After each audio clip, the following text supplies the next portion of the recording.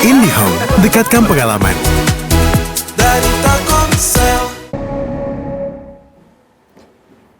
Anda kembali bersama kami, kita lanjutkan dialog kami pemirsa. Bang Jamadan, dari nama-nama yang telah diajukan ini baik itu saksi maupun ahli, tadi sudah disebutkan jumlahnya. Ini apakah Anda meyakini bahwa ini akan meringankan bagi Roy Suryo CS? Bang Jamadan. Oke, baik Mbak Windy dan Prof. Suparji dan rekanku Lecumanan. Tadi kita sepakati, bukan sepakati, yang penyampaian kami adalah karena kami yang mendampingi asli penyidikan mereka sebagai tersangka, khususnya yang 3 ya, klaster 2 ini. Saya sampaikan itu benar-benar penyidikan itu berjalan normal. Jadi tidak ada seperti ada persepsi di masyarakat, ada jaminan dari kuasa hukum. Saya mengatakan di sini tidak ada jaminan.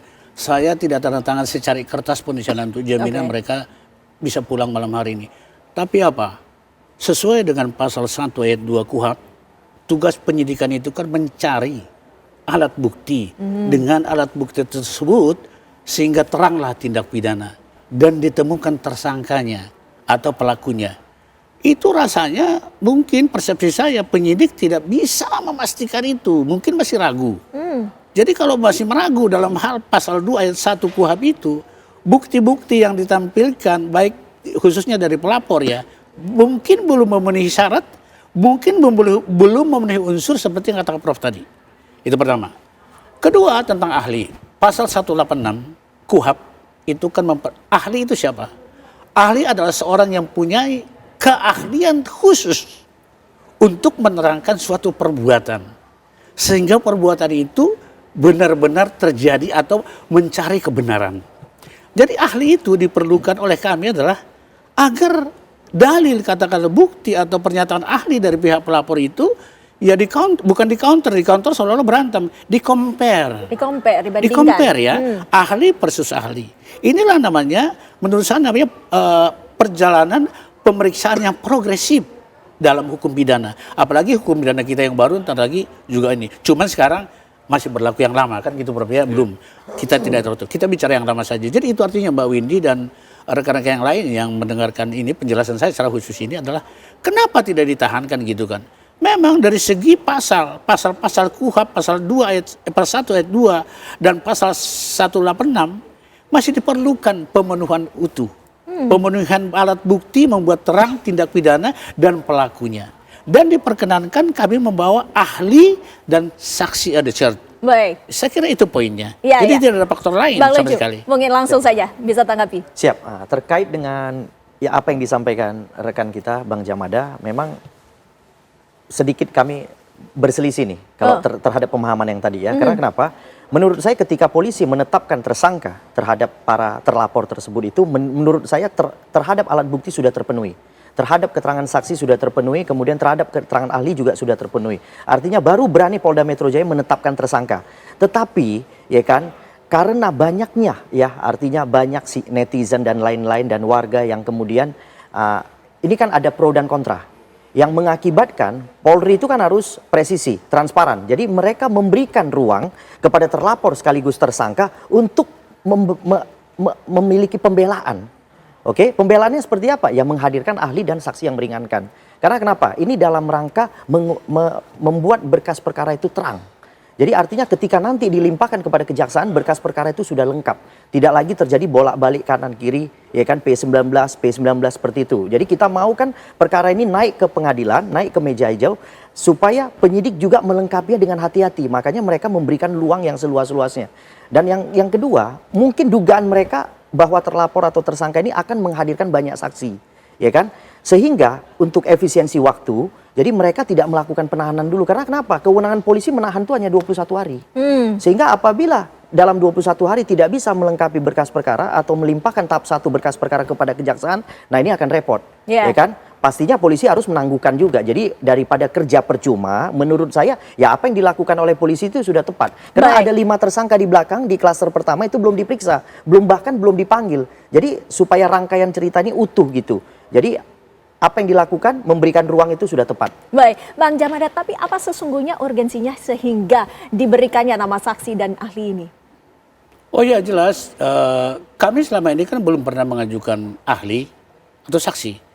kami benar-benar menuruti apa yang dijelaskan oleh klien kami dalam BAP mulai dari penyelidikan sampai penyidikan itu benar-benar ilmiah kok. Jadi kami tidak pernah mengkhawatirkan apa yang terjadi di sana gitu loh. Tapi sesudah kita dengar bahwa dari pelapor itu menampilkan 100 lebih saksi dan 20 lebih ahli, kami wah ini harus di-counter secara ilmiah loh gitu kan. Counter atau compare? Ya compare, counter, just the same ya. Apa bedanya gitu ya. Ya di compare, di counter sama aja. Jadi untuk itulah kami sudah siapkan 4 ahli.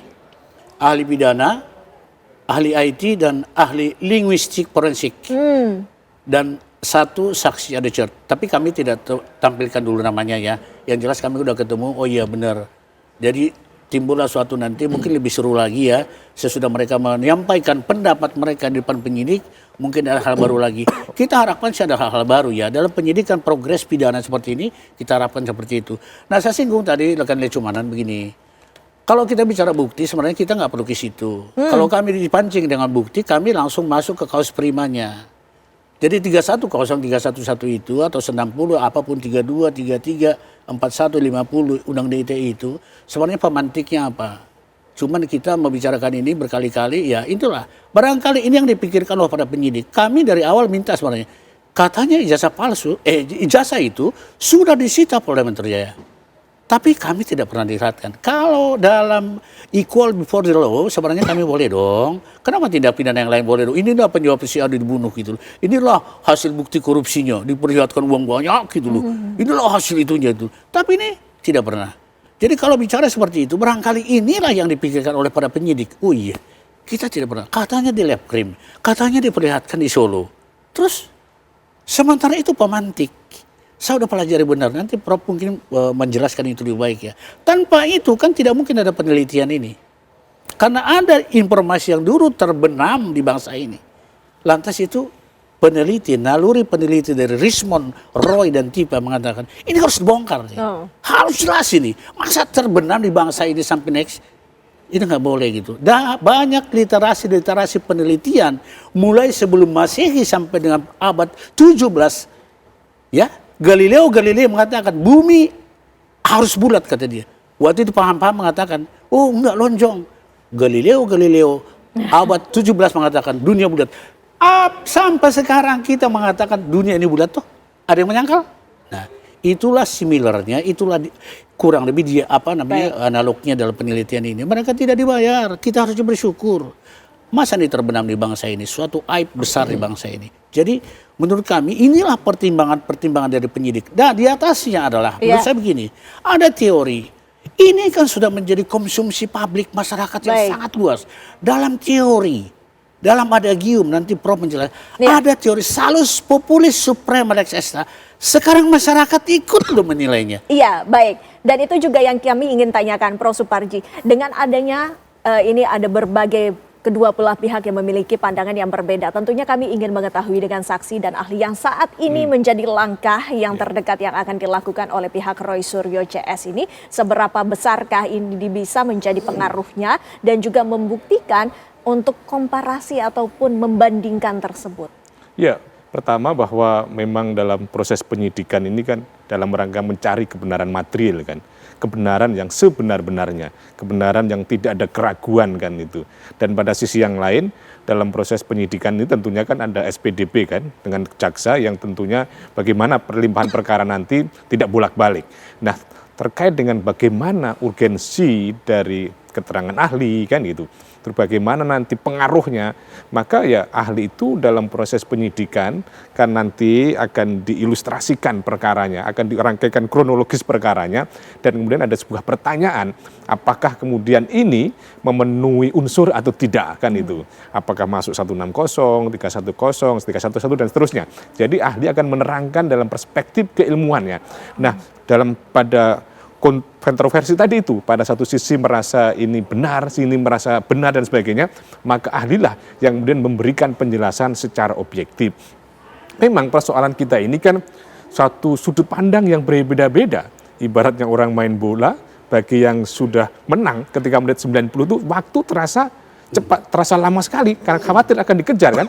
Pada sisi yang lain, bagi yang kalah, menit-menit akhir itu terasa cepat sekali, khawatir tidak ada kesempatan untuk menyamakan. Maka clear ketika bagaimana hakim meniup peluitnya, selesai ketentuannya secara itu. Maka dalam konteks ini adalah bagaimana kemudian ketika ada perbedaan persepsi antara kedua kubu tadi itu, maka ditengahi berdasarkan pengetahuan dan keahlian tadi itu. Nah, seandainya ada keterangan ahli yang berbeda-beda tadi itu, maka kemudian kewenangan penyidik yang kemudian akan melakukan penilaian tadi itu. Tapi Prof, bukannya menjadi bias karena untuk penetapan tersangka ini bukti-bukti itu pun juga sudah dipegang oleh penyidik. Namun jika diajukan nama ahli, apakah ini tidak bertentangan dengan dalih yang pertama? Betul, bahwa memang dalam menetapkan tersangka tadi itu harus didukung minimal 2 alat bukti.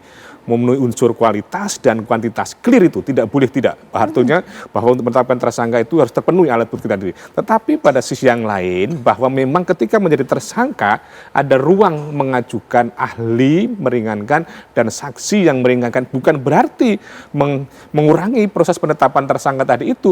Mungkin saja ada perkembangan, ada pengetahuan baru yang bisa menerangkan berarti bukan menjadi tersangka itu suatu yang absolut kemudian menjadi bersalah, kan kita praduga tidak bersalah. Ya, pada sisi yang lain bisa saja begitu tersangka bisa SP3 karena tidak cukup alat bukti, karena ternyata bukan peristiwa pidana atau berhenti karena faktor hukum. Maka untuk itu keterangan ahli tadi akan membantu membuat terang benderang perkara apakah penetapan tersangka kemarin itu sudah memenuhi unsur atau belum, atau sudah sah secara hukum atau belum, meskipun pada awalnya sudah dinyatakan secara hukum sudah memenuhi syarat tadi itu. Baik. Tapi ada Bang perkembangannya. Lecu, ini artinya bisa SP3, Bang Lecu? Ya, kalau SP3 itu juga merupakan diskresi daripada kepolisian, ya kan? Tetapi menurut saya, ya kan, kalau polisi tiba-tiba menerbitkan di SP3, ya kan, tanpa penyidikan yang benar-benar komprehensif, itu saya rasa ya kita akan menggugat pra-peradilan terhadap SP3 Baik, tersebut. artinya masih ada objeksi yang masih nanti akan ada. dilakukan. Memang Ditahan semua dulu, diskresi. Bang Lecu. Kita juga masih akan kembali pemirsa untuk membahasnya kembali selepas jeda pariwara berikut ini.